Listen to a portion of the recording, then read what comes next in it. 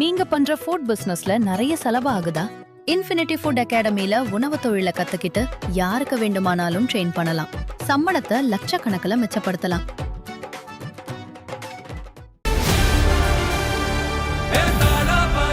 மக்களுக்கு நல்லது பண்றதுக்கு அரசியலுக்கு வாங்கடா, கொள்ளை அடிக்கிறது கொலை பண்றதுக்கு கூட அரசியலுக்கு.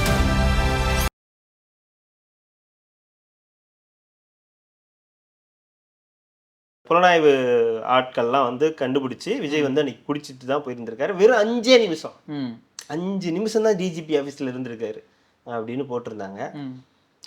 போனதுக்கான காரணம் என்ன, ஏன் டிஜிபி ஆஃபீஸ் போனார், அதை எப்படி மழுங்கடிக்கிறது அப்படின்னு உட்காந்து யோசித்து புதிதாக கண்டுபிடிக்கப்பட்ட ஒரு ஆயுதத்தை எடுத்துகிட்டு வந்தாங்க. அவர் குடிச்சிட்டு போயிருந்தார் அப்படின்னு.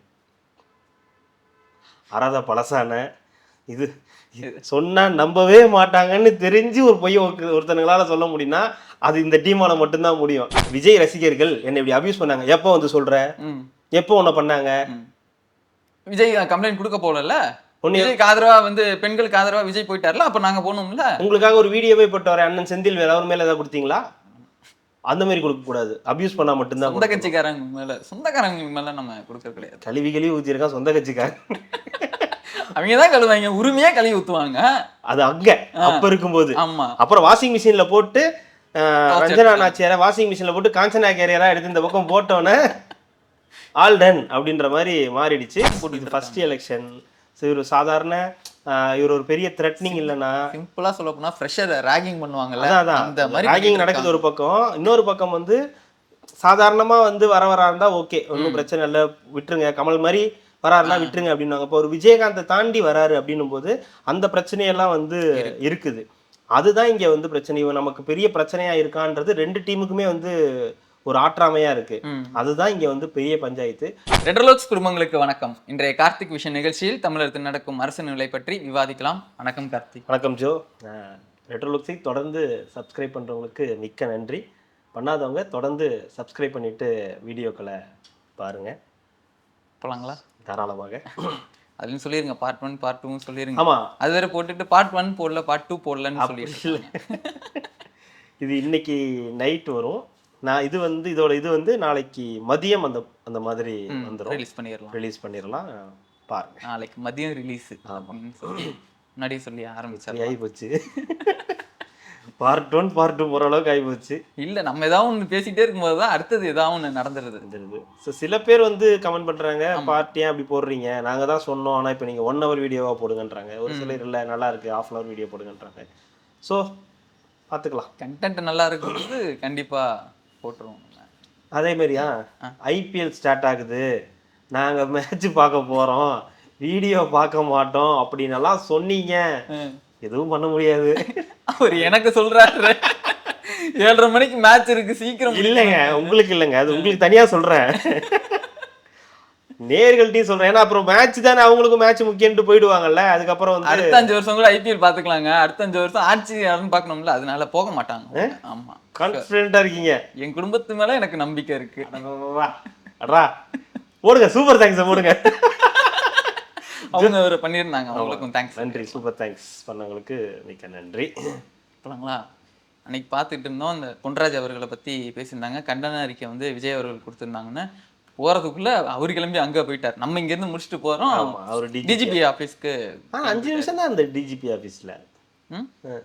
5 நிமிஷத்துல போய் என்ன பண்ணிருப்பாரு? விருந்துக்கா போறோம், 2 நாள் இருக்க போகணும் இல்லைங்க. போய் உட்காந்து சம பேச்சுவார்த்தை, யாருங்க நீங்க, டிஜிபி என்ன டிஜிபி என்ன பண்ணிருக்கீங்க, ஏன் உங்களை பொறுப்பு டிஜிபியா வச்சிருக்காங்க, உங்களுக்கு எல்லாம் இது இல்லையா, எப்படி நீங்க பொறுப்பு டிஜிபியா இருப்பீங்க, உங்களுக்கு முன்னாடி ரேங்கிங்ல எவ்வளவு பேர் இருக்காங்க, அவங்களையெல்லாம் போடாம உங்களை ஏன் போட்டிருக்காங்க அப்படின்னு அவரு கேட்க, அப்புறம் அவர் வந்து நீங்க யாரு, நீங்க என்ன பண்ணிட்டு இருக்கீங்க, இந்த ஊர்ல தான் இருக்கீங்களா, உங்க தொழில் என்ன, எப்ப அரசியலுக்கு வந்தீங்கன்னு அவரு கேட்டு அதுக்கப்புறம் தான் எல்லாம் நடக்கணும். அது இல்லாம விஜய் வேற போதையை போட்டு போயிருந்தாரு. ஸ்மெல் வந்துரும்ல பயங்கரமா. ஆமா ஆமா ஆமா, போதையை போட்டு அவர் வந்து லைட்டா சாப்பிட்டு போனதுனால வந்து என்ன ஆகி போச்சு, டிஜிபி கொஞ்சம் கடுப்பாகி போங்க அப்படின்ட்டு டக்குன்னு வாங்கியிருக்காரு, வாங்கி போட்டு போங்க அப்படின்னுட்டு இருக்காராம்.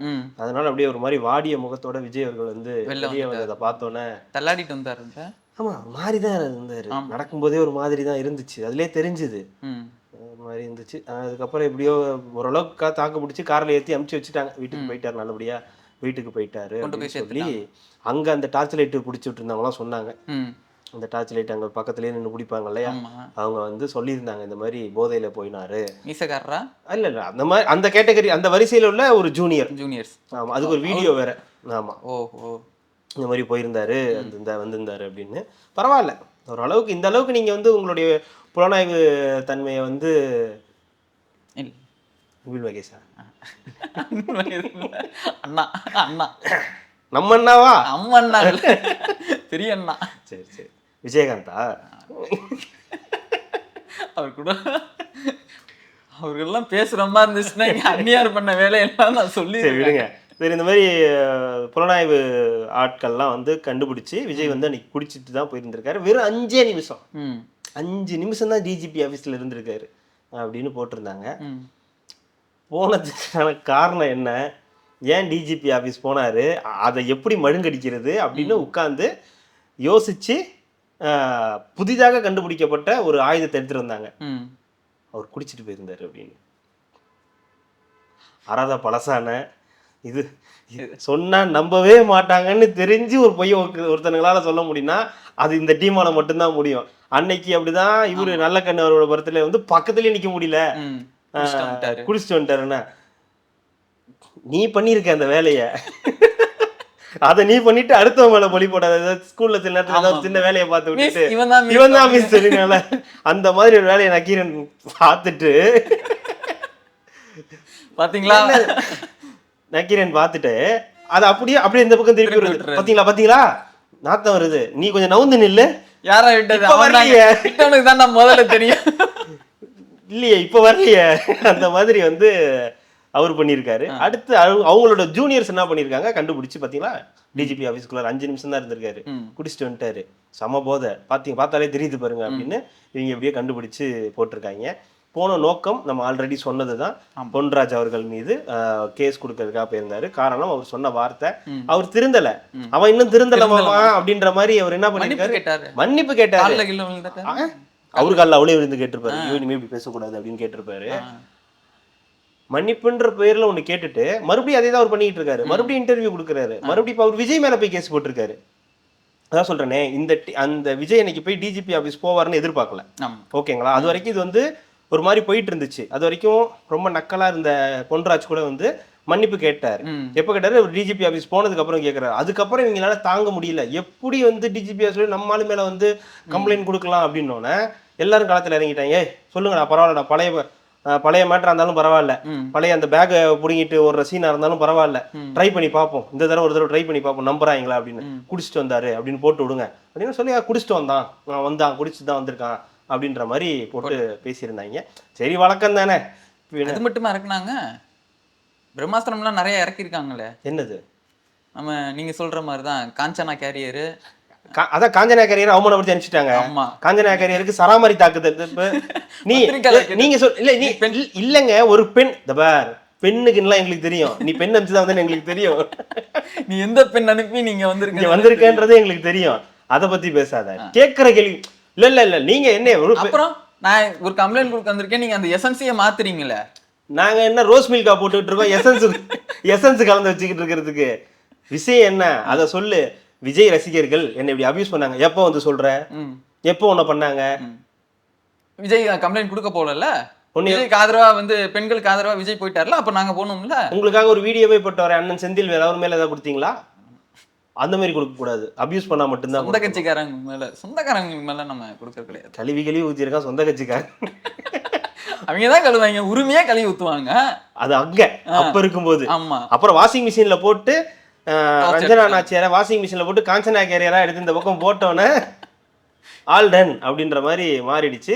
ஸோ அடுத்து அவங்க அந்த கேட்டகரியில் உள்ள எல்லாரும் போடுவாங்க இல்லையா, அந்த மாதிரி போயிட்டாரு வந்துட்டாரு வச்சுட்டாருன்னு அவங்க அப்படின்னு அந்த மாதிரி அந்த விஷயத்தை எப்படி மடைமாட்டலான்னு பார்த்தாங்க.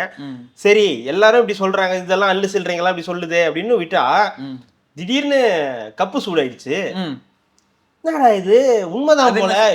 மேலோட்டமா அந்த போக்கிரி படத்துல பாத்திருக்கீங்களா, சந்தேகப்பட்டதுக்கு தான் இந்த அடி, நீ தான் கன்ஃபார்ம் ஆச்சுன்னா அப்படின்றச்சுல, இது கன்ஃபார்ம் ஆயிடுச்சு. அப்படி அதே வார்த்தை தான்.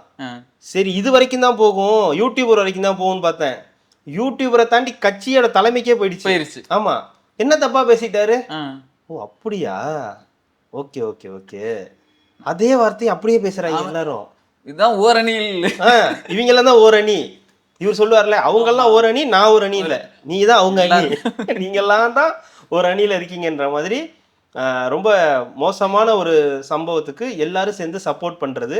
அதுவும் டிஜிபி ஆபீஸ் விஜய் அவர்கள் வந்து போனதுக்கு பிறகு வந்து அதுக்கப்புறமும் வந்து மோசமான வார்த்தைகள்ல வந்து அவர் பேசுறது, அதே வார்த்தையை அவர் வந்து நியாயப்படுத்துறது, அதுக்கு ஆதரவா செயல்படக்கூடிய ஆட்கள், அதுக்கு ஆதரவா ஒரு கட்சியே வந்து செயல்படுறது. அதாவது நான் போய் கம்ப்ளைண்ட் கொடுக்கவா, நீ வந்து என் குடும்பத்தை எவ்வளவு கேவலமா பேசியிருக்காங்க உங்க அபியூசர்ஸ், உங்க ஆட்கள், அந்த வார்த்தை எல்லாரும் ஒரே மாதிரி பயன்படுத்துறாங்க பாருங்க. விர்ச்சுவல் வாரியர்ஸ், வல்கர் வாரியர்ஸ் இந்த டீமும் அதான் பயன்படுத்துது, அந்த டீமும் அதான் பயன்படுத்துது. வீர தமிழச்சி எல்லாரையும் தான் சொல்றேன், போலி சூலி எல்லாரையும் சேர்த்து தான் சொல்றேன், அந்த டீம் எல்லாம் தான் சொல்றேன். வந்து இறங்க சொல்லியிருக்காங்களாமே, புரியல விஜய் அவர்கள். நீங்க எந்த தொகுதின்னு மட்டும் சொன்னேன், நான் வரேன் அங்க, ஐ ஆம் வெயிட்டிங், நீ வந்து எந்த தொகுதின்னு மட்டும் சொல்லு, எந்த தொகுதியில போட்டி போட்டுன்னு சொல்லு, நான் இறங்கி வந்து நான் வந்து கேம்பெயின் பண்றேன். எந்த ஃப்ளோர்ல இருந்து தெரியல, எனக்கு தெரிஞ்ச ஒரு 3வது 4வது ஃப்ளோர்ல இருக்குன்னு நினைக்கிறேன். அரமெண்டலா நீ தான் தெளிவா பெரம்பூர்னு சொல்லிக்கிட்டு இருக்காங்களே, இன்னும் மத்ததெல்லாம் பார்க்காது போல இருக்குது. அப்படி இல்லைங்க, அவங்க கொடுக்குற அசைன்மெண்ட்ல வாட்ஸ்அப்ல அது மட்டும் தானே வரும், மற்ற நியூஸ் எல்லாம் பாக்குறல. அந்த அசைன்மெண்ட் இது உட்காந்து மனப்பாடம் பண்ணி ரைட் இதுக்கேற்ற மாதிரி நம்ம பேசணும்னு சொல்லிட்டு அப்படி பேசுறது. கிளவரா இருக்காங்க, ரொம்ப கிளவர் தான். நீ ரைட்ல இண்டிகேட்டர் போட்டு லெஃப்ட்ல போயிட்டீங்கன்னா பெரம்பூர்னு சொல்லிட்டு பெரம்பலூர்ல போய் நின்றுட்டீங்கன்னா சொல்ல முடியாதுல்ல. அதனால அப்ப நீங்க நீ ட்ரோல் பண்ணிருவீங்கல்ல. எங்க இருக்கு பெரம்பலூர், எங்க இருக்கு அது எங்கோ இல்ல, அப்படியே பண்ணி ட்ரோல் பண்ணிடுவாங்க. அவங்கள வந்து ஒரு ட்ரோல் மெட்டீரியலா மாத்திடுவாங்கன்றதுனால தான் விடுற ஒவ்வொரு வார்த்தைகளும் ரொம்ப தெளிவா அழகா நிறுத்தி நிதானமா. சீசன் எப்ப ஆரம்பிச்சது? ஒரு 2000 அப்ப இருக்கும் இல்லையா, 5 7 இருக்கும். அது 9 சீசன் தாண்டி போயிட்டு இருக்கப்ப, அப்பனா 10 வருஷத்துக்கு முன்னாடி வச்சுக்கலாங்க. நீ ட்ரோல் மெட்டீரியல் ஆகி 10 வருஷம் ஆச்சு, புதுசா ஆகிறதுக்கு எதுவும் கிடையாது. அதனால உன்னையெல்லாம் வந்து ஒரு பொருட்டாவே இவங்க பாக்குறது கிடையாது. அதாவது இவங்க, நான் இப்போ இது சீமான் மேட்டரை முடிச்சிடறேன். ஸோ இவங்க எல்லாரும் வந்து ஒரே டேர்ம்ல பேசுறாங்க, ஒரே வார்த்தைகளை. Virtual warriors, vulgar. நான் சொல்றேன் வல்கர் வாரியர்ஸ் இந்த மாதிரி பேசுறீங்கல்ல, ஓகே நான் ஏற்றுக்கிறேன். விர்ச்சுவல் வாரியர்ஸ்ல நிறைய பேர் வந்து ரொம்ப தப்பா தான் வந்து பேசுறாங்க. அதுல அஃபிஷியல் விர்ச்சுவல் வாரியர்ஸ், நான் அஃபிஷியல் விர்ச்சுவல் வாரியர்ஸ் இருக்காங்க. இதுல யாரு என்னன்றதை உங்களால கண்டுபிடிக்க முடியாது. விஜய் அவர்கள் ரொம்ப தெளிவா ஒரு விஷயத்த ஆரம்பத்திலேயே சொல்லிட்டாரு, நம்ம பேசுற விஷயம் ரொம்ப டீப்பா இருக்கணும், பட் ரொம்ப டீசெண்டா இருக்கணும் அப்படின்னு சொல்லிட்டாரு. ஸோ அவர் வந்து ஒன்றும் இது பண்ணாம கிடையாது. ரெண்டாவது, உன் பொண்டாட்டியவே இப்படி தப்பா பேசினாங்களே, யார் பேசினான்னு யாருக்குமே தெரியாது. சரி, அஃபிஷியல்ஸ் இந்த அதுல விர்ச்சுவல் வாரியர்ஸ்னு சொல்லக்கூடிய சில பேர் பேசியிருந்தா கூட அதுக்கு போய் அவர் என்ன பண்ண முடியும்? அதுக்கு பேர் வந்து இப்போ உண்மையான விர்ச்சுவல் வாரியர்ஸ் ஐடின்னு உனக்கு தெரியுமா? நான் என்ன கேட்குறேன், அவர் வந்தது அவருடைய கட்சியில் இருக்கக்கூடிய ஒருத்தவங்களுக்காக வந்து பேசிட்டாருன்றதுக்காக வந்து பேசுறாரு. நீங்க சொல்றதுக்கும் அதுக்கும் ஏதாவது சம்பந்தம் இருக்கா? அவங்க கேட்குற கேள்வியே அதுதான். நானும் தானே இருந்தேன், அந்த கட்சியில் தானே இருந்தேன், அப்போலாம் நீங்கள் இது மாதிரி பேசவே இல்லையேன்னு காஞ்சனா கேரியர் வந்து சொல்லியிருக்காங்க. இப்போ நான் இங்கே வந்ததுக்கு அப்புறம் தான் உங்களுக்கு நான் பெண்ணுன்றது உங்களுக்கு தெரியுதா அப்படின்னு கேட்குறாங்க. பெண்ணுக்கு போனதுக்கு அப்புறம் தான் தெரியுது. இல்லைங்க, இவங்களோட நோக்கமே என்னன்னா, அந்த ஏதாவது ஒரு விஷயம் நடந்துச்சுன்னா அதை எப்படி வந்து மடைமாத்துறது, எப்படி எல்லாம் பேச முடியும், அது எது வரைக்கும் போயிருக்கு பாருங்க. இவர் பேசுற, அதாவது சீமான் அவர்கள் வந்து என்ன சொல்றாரு, இந்த மாதிரி வந்து அவர் சொன்னதுல என்ன தப்புன்னு கேட்கிறாரு. ஆமா, அவர் அப்படித்தானே கேட்பாரு, நியாயம் தானே. கரூர்ல 41 பேர் செத்தது நியாயம்னு சொல்றவர் தானே அவரு. நீ போய் ஒரு நடிகனை பார்க்க போன, நீ சாகிறதுல ஒன்றும், நீ என்னைக்கு ஒரு நாள் சாக தான் போறது, இப்பவே செத்ததுல ஒன்றும் தப்பு கிடையாது அப்படின்னு சொல்ற ஆள்கிட்ட போயிட்டு நீங்க என்ன பேச முடியும்? அப்ப இதெல்லாம் ஒரே கேங்கு தான். இப்ப பொன்ராஜ் போயில என்னை வந்து அபியூஸ் பண்றாங்கன்னா, நீ சொன்ன வார்த்தை தப்பு, அதுக்கு நீ மனப்பூர்வமா மன்னிப்பு கேட்டிருந்தீங்கன்னா பரவாயில்ல. இப்ப எஸ்வி சேகர பேரா நோன்னாங்களா? இல்ல. மன்னிப்பு கேட்கறேன்னு சொன்னாங்க இல்லையா, முடிஞ்சு போச்சா? ஆனா நீ என்ன பண்ற, இதே வேலையை பாக்குற. கேட்டா உனக்கு ஒரு அதிகார திமிர் இருக்கு, நீ வந்து நான் அங்க இருந்தேன், நான் இங்க இருந்தேன், நான் அவர்கிட்ட இருந்தேன், நான் இவர்கிட்ட இருந்தேன், அப்படியாக்கும் இப்படியாக்கும். 2013 விஜய்கிட்ட நான் நேரடியா 3 மணி நேரம் உட்காந்து பேசியிருக்கேன். அப்ப எனக்கு சங்கீதா அவர்கள் வந்து எனக்கு வந்து உணவு பரிமாறி இருக்காங்க, அப்படி இப்படின்னு இப்போ வந்து உருட்டுறீங்க. ஆனா இப்போ சமீபத்திய உங்களோட செயல்பாடுகள் எப்படி இருக்கு? அரசியல் விமர்சகர் மாதிரி இல்லையே. அரசியல் விமர்சகர்னா நீ எல்லா அரசியலையும் விமர்சனம் பண்ணணும், நீ ஒருத்தவங்களை மட்டும் தானே அரசியல் விமர்சனம் பண்றீங்க. விஜய் தான் எங்களோட டார்கெட்னு சொல்லி எல்லாரும் வந்து அட்டாக் பண்றீங்க. நான் இப்பயும் சொல்றேன், விஜய் விமர்சனத்துக்கு அப்பாற்பட்டவர்லாம் கிடையாது. விஜயும் விமர்சனம் பண்ணணும், விஜயோட அரசியலை விமர்சனம் பண்ணுங்க.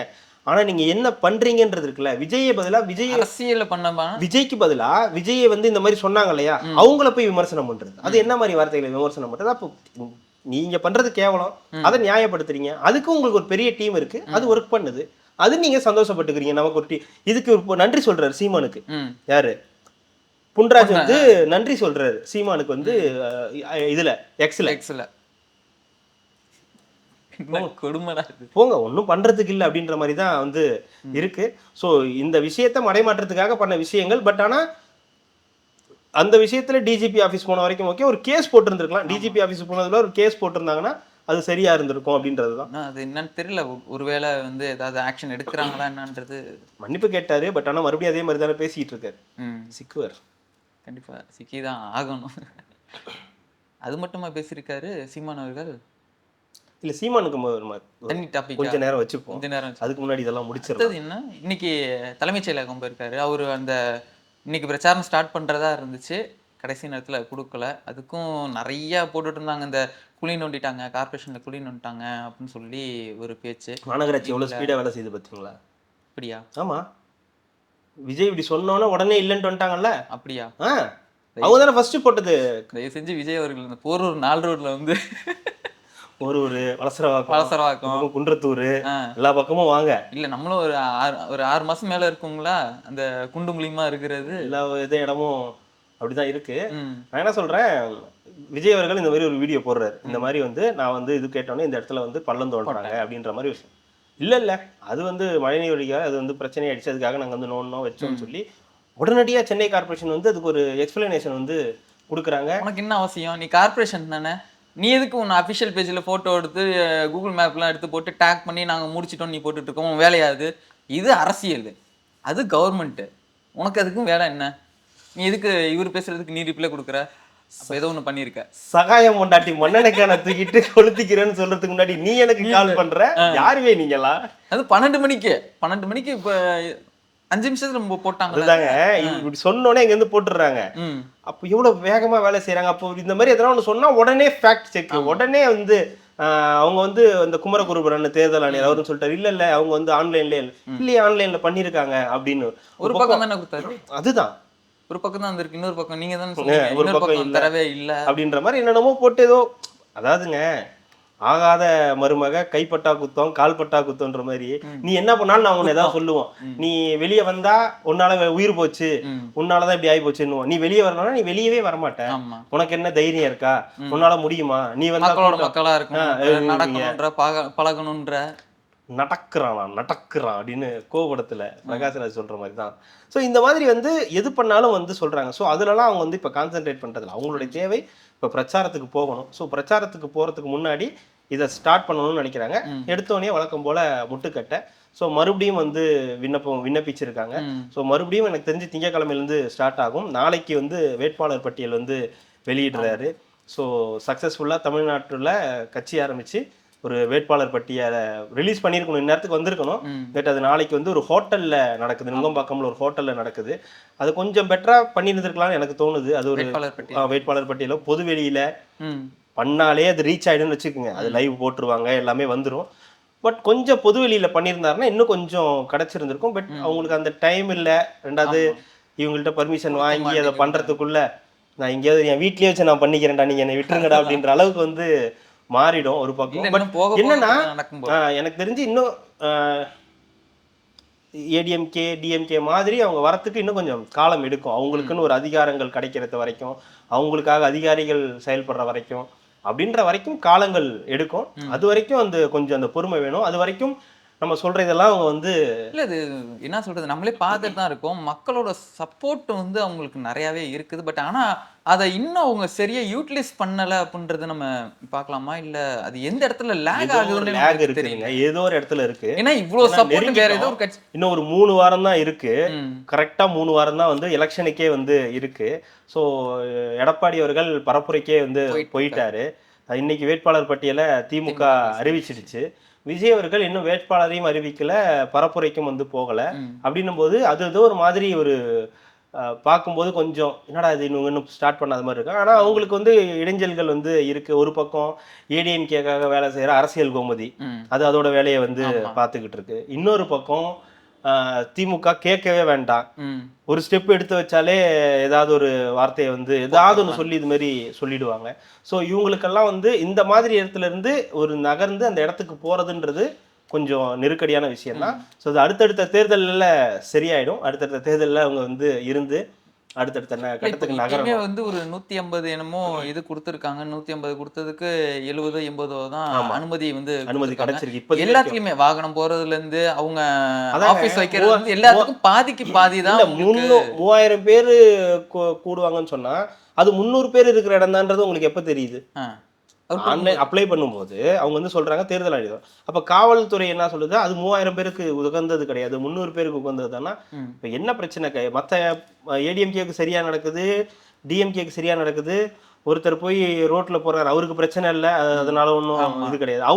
அவருக்கு கூட கிடைக்குது, ஏன் இவருக்கு மட்டும் கிடைக்க மாட்டேங்குது? அவங்க 3000 பேர் சொன்னாங்க, கேட்டா இவங்க என்ன சொல்றாங்க, அப்ளை பண்ண தெரியல இவங்களுக்கு, அது கூட தெரியல இவங்களுக்கு, இதுக்கு கூட துப்பு இல்ல, இதை பண்றதுக்கு கூட துப்பு இல்ல. வேற யாரும் சொல்லியிருக்க போறா? அந்த டீம்ல உள்ள யாராவது ஒருத்தர் தான் சொல்லியிருப்பாங்க. அதுக்கு பேர்லாம் வேற சொல்லணுமா? அந்த டீம்ல உள்ளவங்க தான் துப்பு இல்ல அப்படின்லாம் மறிந்து சொல்லுவாங்க. ஸோ இதெல்லாம் கடந்து தான் வந்து இந்த தேர்தலை சந்திக்கணும். நேரம் ரொம்ப குறைவா இருக்கு. ஸோ என்ன பண்ண போறாங்கன்னு தெரியல. வேட்பாளர் பட்டியலை நாளைக்கு அறிமுகப்படுத்திட்டு நாளானைக்கு வேட்புமனு தாக்கல் பண்ண போறாரு. 30ஆம் தேதி வேட்புமனு தாக்கல் பண்றாரு. பண்ணிட்டு அங்கிருந்தே வந்து பிரச்சாரத்தை ஸ்டார்ட் பண்ணணும் அப்படின்னு பிளான் பண்றாரு. இவங்க வந்து எல்லாரும் வந்து நம்ம எக்ஸ்ல பாக்குறோம், பவன் கல்யாண் மாதிரி பண்ணிடுங்க, நீங்க போயிடுங்க, ரோட்டுக்கு போயிடுங்க, நடந்துருங்கன்னா. ஏங்க தலைமைச் செயலகத்துக்கே போக முடியல. இன்னைக்கு பாத்தீங்களா, தலைமைச் செயலகத்திலே செங்கோட்டையன் வந்து புடிச்சுக்கிட்டு போற மாதிரி ஆகி போச்சு. லிப்டுக்குள்ள போனா லிப்டுக்குள்ள ஒருத்தர் நிக்கிறாரு கேமரா வச்சுக்கிட்டு, ஓப்பா அப்படின்ற அளவுக்கு ஆகுது.